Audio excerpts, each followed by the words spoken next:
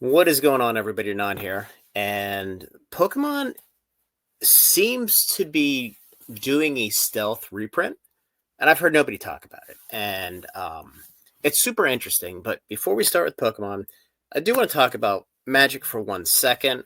I just found this super interesting. So, Edge of Eternity's collector boxes in Magic forever have been printed in Japan. These are the first ones that I've seen that are actually printed in the US. Now, the quality, from what I am told, isn't great. Um, in my opinion, with the tariff stuff going on a couple months ago, I believe that Hasbro, WotC, whatever, pivoted to, instead of putting these in Japan and dealing with tariffs, putting these in the US. So when you get your box, you get your case, whatever, it's going to say printed in the US. I just thought it's interesting how they dealt with that. Um, just want to point that out. So back to the reprint. So in every EX box, as far as I can remember, it's always been a mishmash of packs. You get two of one of another, three of a third, and they're kind of all over the place. That brings me to the mass of Ogerpon Premium Collection. And I mentioned before, Pokemon seems to be going to this 10-pack EX box. It's obviously a premium over selling a couple booster bundles, etc. But in this EX box, and initially we had no idea what the packs were. We can look at the image, but whatever. Now that we have them, it is 5 packs of Temporal Forces and 5 packs of Twilight Masquerade, which is a fairly significant number. Now, we got approximately 20 to 30 cases of these. So if you take that times the number of packs, we got between 15 and 20 booster boxes worth of packs through these for Temporal Forces and Twilight Masquerade. If they were to do a booster box reprint, I'm guessing we wouldn't have gotten that many of those. So it seems to me that the Pokemon Company is using these 10-pack EX boxes to push backs into sets that need supply, but they don't need a lot of supply. So, for example, if they did a massive reprint of Twilight Masquerade, in my view, it would absolutely smash the market because people like the set. The price of the set is going through the roof. In my view, it's more the fact that there's not a whole lot of supply out there, and you obviously have the Greninja Chase card. But if a lot of supply came onto the market, I don't think the market could handle it, and I think the price would crater. So this is a very interesting way for them to get packs out for Twilight and, again, Temporal Forces without having to reprint booster boxes and, effectively set up the die to stuff them and manage the logistics to get them to distribution. They can run it through the normal EX box channel. And I mean, this was delayed, so I don't think it was a huge priority, but it was something they wanted to go out. And let's go to the next instance of this, and I will further give you guys evidence as to what I think they're doing. So we have this bad boy right here, the Venusaur and Blastoise EX box. Now, I believe it is a GameStop exclusive. I'm not sure. I have not seen it yet exclusively at our stores right here. So, 5 packs of Stellar Crown and 5 packs of Surging Sparks.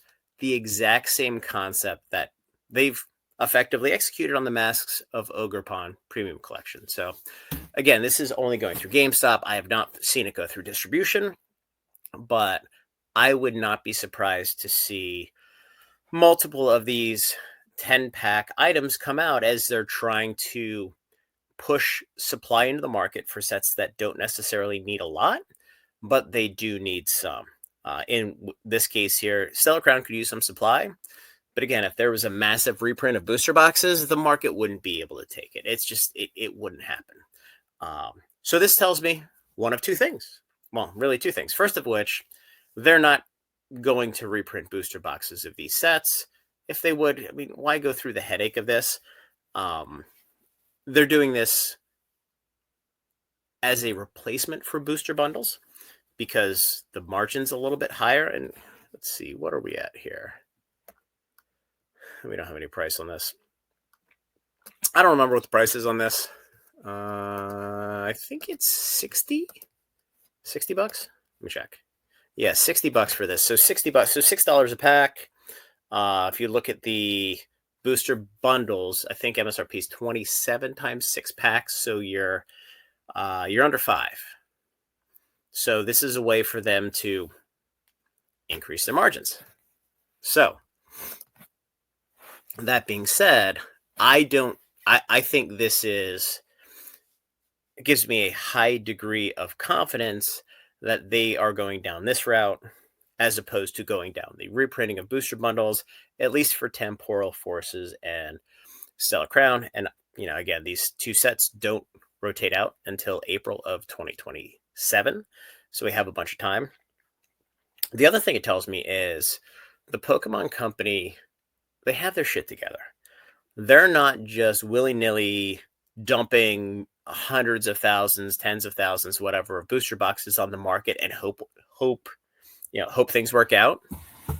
This is kind of a surgical precision way of getting packs into the market, getting supply into the market, without printing booster boxes and smashing the value of the set and of the products. And what's interesting, so the Mask of Ogerpon, they're selling for 52 to 55 bucks for 10 packs. Now, the temporal packs on Twilight or on TCG Player are selling for over $7, which doesn't make any sense to me whatsoever, since the boxes are only selling for $2.35. But the fact that you can get them for $5.20 a pack, it's a good price for Twilight Masquerade.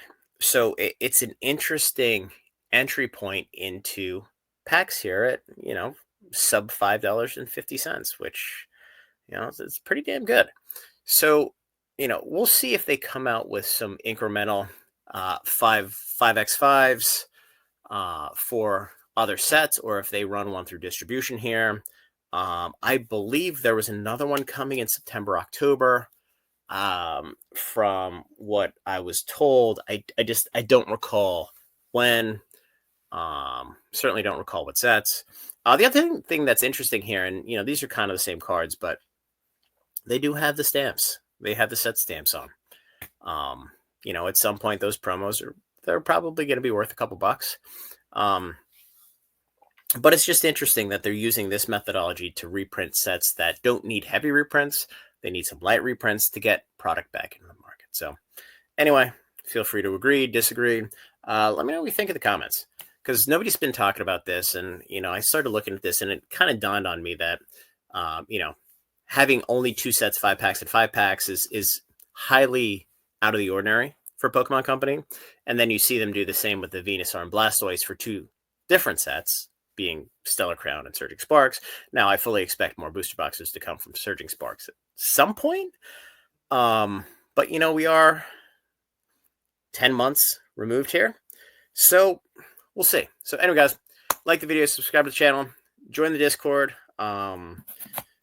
We do run sales on all releases. So, all right, guys, have a good night.